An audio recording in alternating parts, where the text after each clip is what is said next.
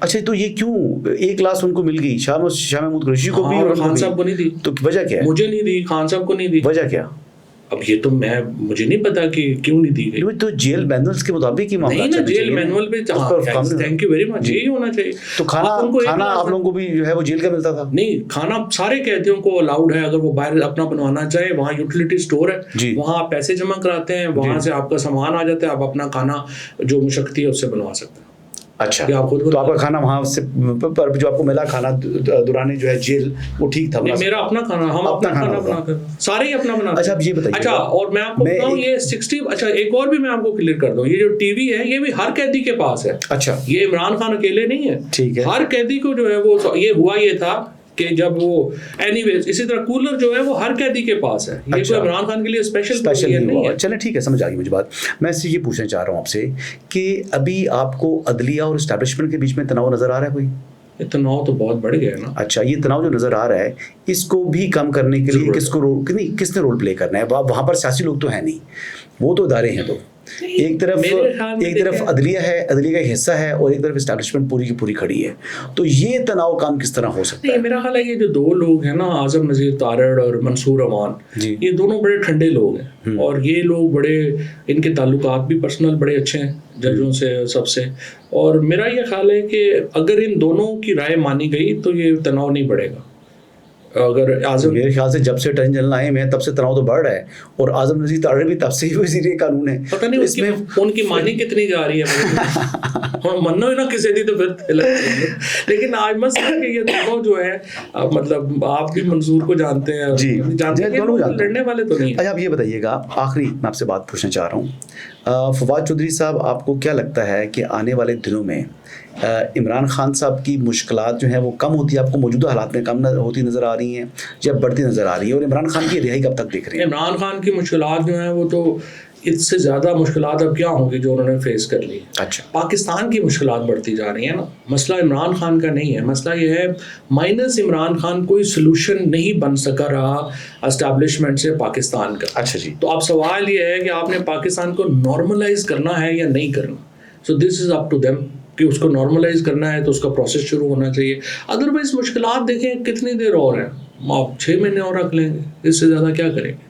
وہ تو فچ کی رپورٹ کو آئی تھی، اس میں تو وہ فچ کو کیا پتا ہے، نہیں معلوم نا. میں بھی ایگری نہیں کرتا اس سے. دیکھیں سچی بات وہ رپورٹ سے ویسے آپس کی بات ہے کہ فچ نے اپنی خود رپورٹ نہیں دی، اس نے بھی کسی اور فرم کو ہائر کیا ہے، دوسری بات ان سے کروایا، اور وہ کہنا ہے کہ جی 18 مہینے حکومت چلے گی، اس کے بعد یہ ہو جائے گا. مطلب ساری ہوائی باتیں. بات یہ ہے کہ ہم باہر جو چیزیں چھپتی ہیں نا اس پہ زیادہ سینٹی ہو جاتے ہیں. دیکھیں میں ہوں، آپ ہیں، ہم لوگ دن رات کام ہی یہ کر رہے ہیں سالوں سے، ہمیں پتہ ہے پاکستان کا، یا فچ کو پتہ ہے پاکستان؟ نہیں خیر لوکل ہی لوگ انہوں نے ہائر کی ہوتی ہے نا، پتہ نہیں کس کو ہائر کیا، جن سے کرتے ہیں وہ تو بتاتے نہیں ہیں نا، وہ تو خفیہ بات ہوتی ہے. تو آپ کو عمران خان صاحب باہر آتے نظر آ رہے ہیں؟ میرا خیال ہے لمبا عرصہ تو نہیں رہ سکتے. الٹیمیٹلی پاکستان کے مسائل اتنے بڑھ جانے ہیں، اور مائنس عمران خان کوئی سلوشن ہے نہیں. 8-10 ماہ میں باہر آ جائیں گے یہ جلدی.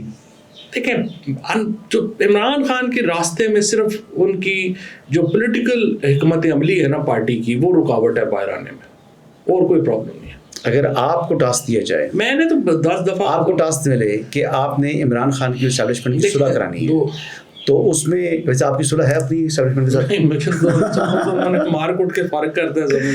ہمارے تو ظاہر بڑے اچھے تعلقات تھے ہمیشہ سے، اور اس میں کوئی ابھی ہے نہیں ہے، ابھی نہیں ہے تو بالکل نہیں. تو آپ اپنے تعلقات کیوں نہیں صحیح کر رہے؟ پہلے بات یہ ہے، میں تو کہہ رہا تھا کہ عمران خان کے ساتھ آپ کے تعلقات، آپ عمران خان کی اسٹیبلشمنٹ کی صلح کرا دیں.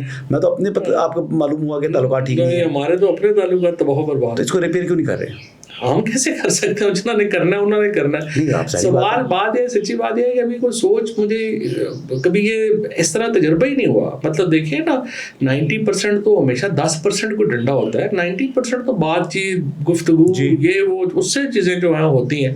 تو یہاں پہ تو کوئی ایسی سچویشن نہیں آئی کہ کسی کو، میرا خیال ہے شاید ہم ضرورت بھی نہیں فیل کرتے ہوں گے. بلکہ مجھے ایک دن شیخ رشید صاحب نے فون کیا اور انہوں نے مجھے کہا کہ یار اگر میں اور تم ہی فوج کے جو ہے وہ خلاف ہیں بقول ان کے، تو پھر فوج کے ساتھ کون ہے اس ملک میں؟ تو ہمارا تو ظاہر فوج. وہ تو کہتے ہیں کہ ہمارے چودھری غلام حسین صاحب ہاں کہ جی 100% قوم جو ہے وہ فوج کے ساتھ کھڑی ہے. نہیں کوئی شبہ نہیں ہے فوج تو ساتھ فوج کے ساتھ کھڑی ہے. عوام تو پیار کرتی ہے فوج سے. نہیں کیوں نہیں, فوج کے بغیر تو ملک نہیں ہوتے نا. کہتے ہیں کہ اگر آپ کی فوج جو ہے, اگر آپ کی فوج نہیں ہوگی ملک میں تو کوئی اور فوج ہوگی. فوج کے بغیر تو ملک نہیں ہوتا. اور اس لیے عمران خان نے بھی یہ بات کہی ہے, انہوں نے کہا مجھ سے زیادہ اہم فوج ہے. یہ بات میں نے خود مجھے جواب دیا تھا عمران خان صاحب نے, اور ہونی چاہیے. تو یہ بات تو خیر تلخیاں کم کرنا ہی ایک بڑی بات ہے, اس کو کیسے کم کرنا ہے اس کا پھر ایک پورا پروسیس ہے, وہ اگلے پروگرام میں. لیکن دو کنکلوژن پر میں پہنچا ہوں کہ ایک فواد چودھری صاحب کہ آپ کی اپنی جماعت جو ہے وہ آپ کو اس کو ویلکم نہیں کر لی کیونکہ آپ کیسے وہ خوفزدہ ہیں. ایک بات تو یہ ہوئی. تو آپ کی جو پولیٹیکل ایکٹیویٹیز ہیں وہ بھی ہم سولو ہی دیکھیں گے کچھ عرصے, یعنی جب تک عمران خان صاحب باہر نہیں آتے, ہاں جب تک ان سے ملاقات نہیں ہوتی, جب تک ان سے ملاقات ہو جاتی. اچھا اگر آپ کی ملاقات ہو جائے تو آپ سمجھتے ہیں کہ معاملہ کلیئر ہو جائے گا؟ معاملہ کلیئر ہے. میری تو ان سے 3 ملاقاتیں ہوئی ہوئی ہیں آلریڈی. اچھا, تو کیا کہا انہوں نے اس ملاقات؟ انہوں نے کھڑے ہو جائیں بس اور کریں. تو پھر یہ کیوں آپ کو راستے میں رکاوٹ ڈال رہے ہیں؟ ہو جاتا ہے, کوئی نہیں ہے. نہیں یہ کوئی وجہ تو خاص ہی لگ رہی ہے. انسیکیورٹیز ہوتی ہے. روف حسن کو ہے, اور بھی 2-3 لوگوں کو ہوگی, پھر کوئی فرق نہیں پڑتا اس سے. نہیں لگتا یہ تو سارے اس وقت تو سارے فلم میں آئٹم سانگ چل رہے ہیں نا. فلم تو شروع ہوگی جب ہیرو باہر آئے گا, یا اور وہ کون ہے؟ وہ عمران خان. پتہ نہیں آپ کی نگاہ میں. خیر بہرحال جی, فواد چودھری صاحب کی نگاہ میں عمران خان صاحب آج بھی ہیرو ہیں, اور ان کے ساتھ ساتھ لاکھوں کروڑوں لوگ آج بھی ان کو ہیرو سمجھتے ہیں. لیکن بہرحال کچھ ایسے لوگ بھی موجود ہیں کہ جو ان کے کچھ اعمال سے واقف ہیں اور جو ان کو ہیرو نہیں بلکہ ولن سمجھتے ہیں. لیکن بہرحال ان کے چاہنے والے بھی ہیں اور ان کے مخالفت کرنے والے بھی لوگ بہت سے اس وقت پاکستان کے اندر موجود ہیں. لیکن فواد چودھری صاحب بہت شکریہ, آپ نے ہمیں وقت دیا. امید کرتے ہیں جی آپ کو آج کی ایپیسوڈ پسند آئی ہوگی, اور اگر پسند آئے تو اس ویڈیو کو ضرور شیئر کیجیے گا. آزاد کاسٹ سے حسن جو کو اجازت دیجیے گا. اللہ حافظ.